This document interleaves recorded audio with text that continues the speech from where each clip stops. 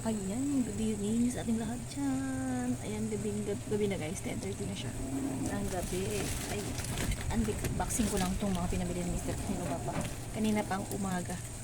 Kasi nga, busy ako, kaya hindi ko nagawa, no? Ayan, buksan ko muna.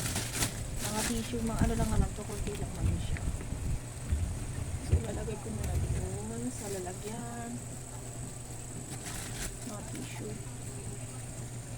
Tissue. Yung sipo yung benta namin ng tissue. Wala.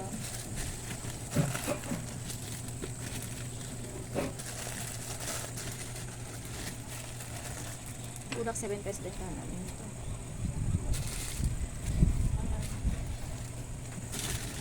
Yan, panty liner. Panty liner. Panty liner. First in, first out muna tayo. Kaya ayusin ko siya. Yan. Sink. Tapos saluin. Lagay ko muna sa bigger.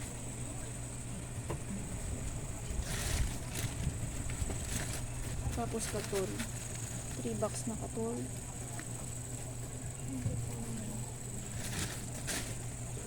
Mga sunrocks. Ayan, sunrocks din. Dahil kahit dito na lang siya makita guys, no? Ayan. Dahil kanina may ginawa ako. Diba na, syempre umiitot din ako ng hapon. Kaya pagkatas kong midday at merienda, din umakyat ako sa third floor kasi nga nag-aisa ko ng mga halaman doon. Kasi nagtalim ako ng talbos ng kamote. Eto, mantika. Dito. Ayan, 10 puro na mantika yung pinabili ko kay Mr. kanina.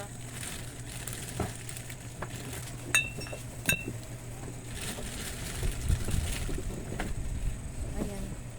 Ano madali sa amin itong ganito. Itong puro.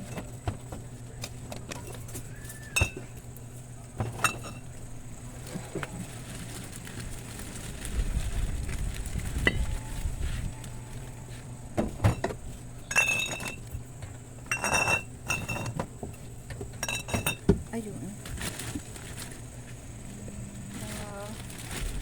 Ito posporo, may posporo pa ako dun. Tapos spare man na kandila. Magbiyan sa amin itong kandila. Mga sabon. Saka silka.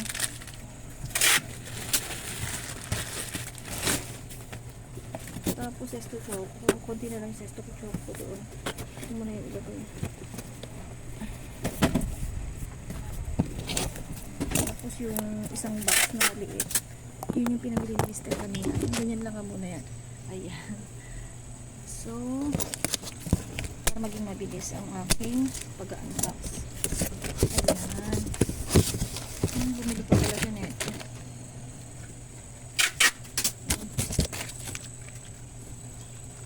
Ko lang lalagyan. Ayan, kuntingin natin, no?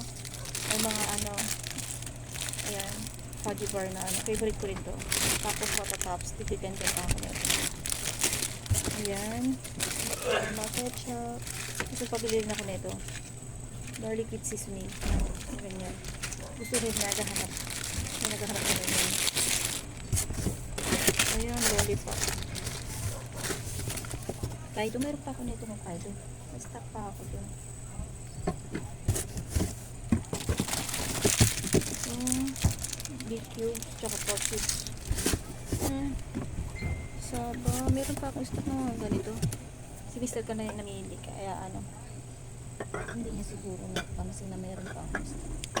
Kailang, mga fast moving naman itong mga dilata. Ayan. Tapos century tuna, malaki. Century tuna. Nasi magpatuloy ako. Alaska condense. Nakakot na ako. Ito, I stop. Pag-test ang isang bentahan ko nito. Instead na gusto ko sanang magkaroon ng isa pang pag pinagkakitaan yung ice candy, kaso nga lang parang mister meron na daw nag ice candy dito malapit sa akin. Sabi ko try ko lang sana, try ko lang kung mabili ba, kasi iba syempre kanya-kanya rin. Sabi niya hayaan mo na, wag ka nang maggawa ng ice candy, sabi niya sa akin, kasi may ice pop naman. At saka yung binibili naming ice pop is yung may yung pudding, minsan ngayon yogurt naman to, fruity yogurt naman to. So sabi niya para hindi ka na lang mapagod sabi niya sa akin, ayan na lang, ice pop na lang, total may kita ka naman dyan, at least lalagyan mo na lang sa ref, sabi niya sa akin. So ayun, babalaking ko pa lang sana, hindi na daw. Nakakantok. So ayun, dali lang. Ano yun be? Battery na ano? Ayun, may bumili lang. Tapos, di sabi ko, sige na nga, hindi na ako gagawa. Kasi nga sobrang busy ko na daw, no? Ang dami kong ginagawa. Talagang hinaantok na ako. Pero nakaidlip naman ako kanina. Siguro mga isang oras makikita kong nakaidlip. Ayun. Kasi maga kaming nagising kanina, no? Dahil syempre may pasok. So, yung iba-vlog ko lang ngayon is yung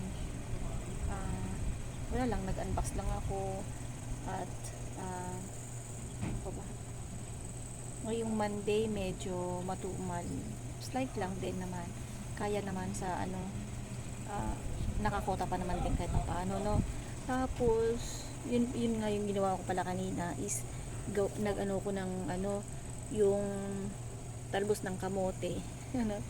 Ganda ako kasi nung nagpagawa ko ng third floor namin, may pinagawa ko dun na yung parang balkonahe siya. Tapos palalagyan ko na lang siya ng grease. Siyempre maluwag doon, tsaka mahaba yung pwesto ko dun sa taas. So ayun, magandang magtanim doon. So yun, may tanim na nga ako doon na 3 kalamansi na mayroon ng mga bunga, may mga bulaklak na rin. Kasi nga bumili ako ng na siya, yung buhay na siya talaga. Hindi na yung ako nagtanim. Tapos nilipat ko na lang sa isang pot. Tapos may mga oregano. Tapos yun nga, nung nagsinigang kami ng may kangkong. Tapos ginupit ko lang siya ng mga siguro mga ganyan. Tapos nilagyan ko ng tinanim ko siya. Ngayon siguro mga 1 week na yon. Ayun, may mga na siya, may mga dahon-dahon na siya, nakikita ko. So ayun, sabi ko, nag-ulam kami kanina ng talbos ng kamote na ube. Yung talbos na yung purple siya na dahon ng kamote. Ayun, di nagustuhan ko kasi maganda yun sa katawan. Nagpangat ako, pero tinuruan ako ni Mister paano magpangat. Parang siya na rin, pero ako lang yung gumawa, ako lang yung naglalagay-lagay. So ayun, tinanim ko din yun, yung talbos niya. So starting March 2, tinanim ko, tingnan ko bukas kung nalanta. Kasi kung hindi ko lang alam din. Tapos ginawa ko. Tapos makita sa isang video ko na tinanim ko siya. Ayan.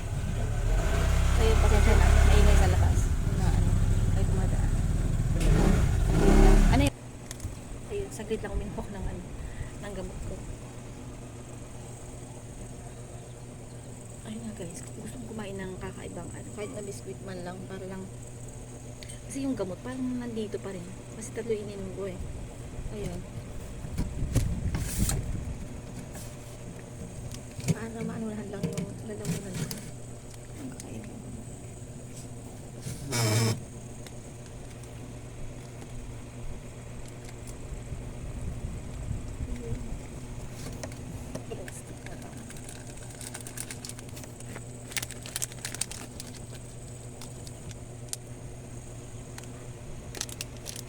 Red stick na lang.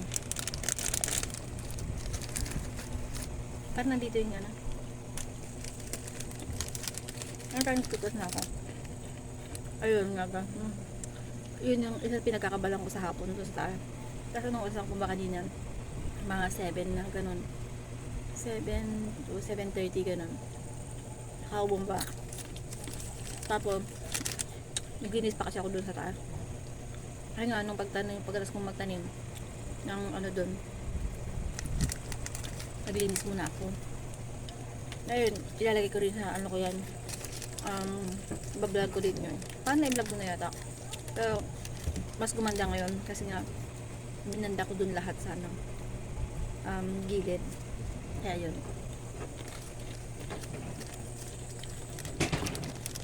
Masarap lang sa ano, pakiramdam yung may naaliw ka. Yung naaliw ka sa mga halaman, ganun.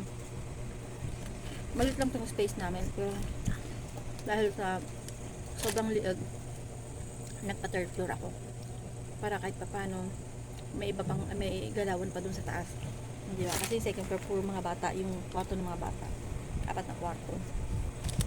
So yun,